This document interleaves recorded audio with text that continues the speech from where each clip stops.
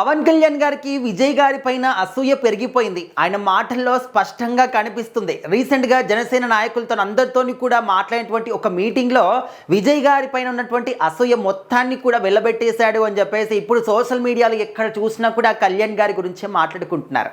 So మరి విజయ్ దళపతి గారు పోటీ చేసిన మొదటిసారే భారీ మెజార్టీతోని భారీగా సీట్లు రావడం, అతిపెద్ద పార్టీగా అవతరించడం, సీఎంగా కూడా ప్రమాణ స్వీకారం చేయడం నిజంగా ఓన్లీ తమిళనాడు రాష్ట్ర ప్రజలకే కాదు, ఓన్లీ 2 తెలుగు రాష్ట్రాలకే కాదు, మన దేశంలో ఉన్నటువంటి ప్రతి ఒక్క రాష్ట్రంలో కూడా ఇదే చర్చ అన్నమాట.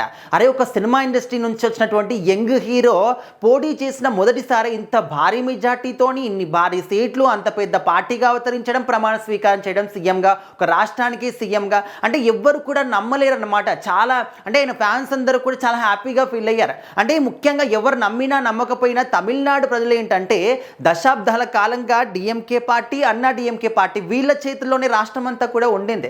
సో అసలు మేమెందుకు కొత్తదనాన్ని కోరుకోవద్దు, అన్ని రాష్ట్రాల్లో కూడా ప్రభుత్వాలు మారుతూ ఉంటాయి, కానీ మన రాష్ట్రంలో వీళ్ళిద్దరి చేతుల్లోనే ఎందుకు ఉంచాలి అని చెప్పేసి వాళ్ళు కూడా అనుకున్నారు. అరే వచ్చాడు కదా, సినిమా ఇండస్ట్రీ నుంచి వచ్చాడు, ఒక ఛాన్స్ ఇద్దాము అని చెప్పేసి విజయ్ గారికి పట్టం కట్టేశారనమాట. సీఎంగా ప్రమాణ స్వీకారం చేశారు. ఓకే, ఇది అంతా దేశవ్యాప్తంగా కూడా చాలా ట్రెండింగ్గా మారిపోయినటువంటి విషయం.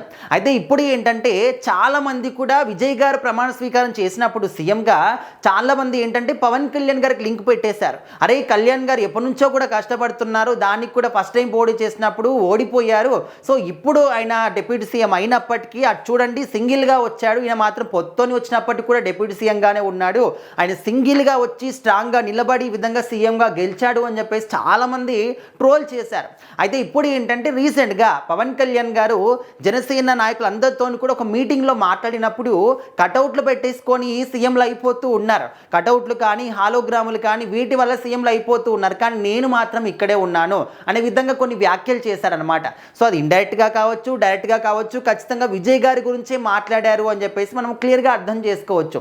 అయితే ఇక్కడ ఏంటంటే నేను 15 సంవత్సరాల నుంచి ఇంత కష్టపడుతూ ఉన్నాను, రోడ్ల పైన తిరుగుతూ ఉన్నాను, ప్రతి ఒక్క ఊరికి వెళ్తూ ఉన్నాను, ప్రతి ఒక్క ఇంటి గడప తొక్కుతూ ఉన్నాను, అందరి సమస్యలు తెలుసుకుంటూ ఉన్నారు, వాటి సాల్వ్ చేయడానికి ప్రయత్నాలు చేస్తూ ఉన్నాను, అయినప్పటికీ కూడా నేను ఇంకా ఇక్కడే ఉన్నాను, కానీ కొంతమంది ఈజీగా ఇలా వచ్చేసి అలా సీఎంలు అయిపోతూ ఉన్నారు అనే విధంగా మాట్లాడుతూ ఉన్నారు. అంటే మనందరం కూడా ఏమనుకున్నాం, అరే కళ్యాణ్ గారికి ఎందుకు అసూయ ఉంటుందని చెప్పేసి అనుకున్నాం, కానీ ఈ మాటలు వింటూ ఉంటే మాత్రం నిజంగానే అసూయ ఉందేమో అని చెప్పేసి అయితే అనుకుంటున్నాను అనమాట. ఎంత కాదనుకున్నా కూడా ఆయనకాయన సర్ది చెప్పుకున్నా కూడా ఎక్కడో ఒక చోట చిన్న 0%, 1% అయినా కూడా ఉంటుంది. ఎందుకంటే అరే నేను ఇన్ని సంవత్సరాల పాటు కూడా కష్టపడుతూ ఉన్నాను, అది కూడా జనాల కోసమే కష్టపడుతూ ఉన్నాను, వాళ్ళ సమస్యల కోసమే నేను ఈ విధంగా చేస్తూ ఉన్నాను, అయినప్పటికీ కూడా జనాలు ఆదరించట్లేదు, అటు సైడ్ ఏమో ఇలా వచ్చేసి అలా సీఎం అయిపోయాడు అనే విధంగా కళ్యాణ్ గారు అంటూ ఉన్నారనమాట.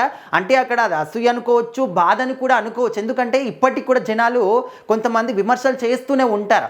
అండ్ అదేవిధంగా ఇంకో మాట కూడా అన్నారు, అటు తమిళనాడు ఓటర్స్ వేరు, మన ఆంధ్ర ఓటర్స్ వేరు, చాలా డిఫరెన్స్ ఉంటుంది, దీని కంపారిజన్ కూడా చేయొద్దు.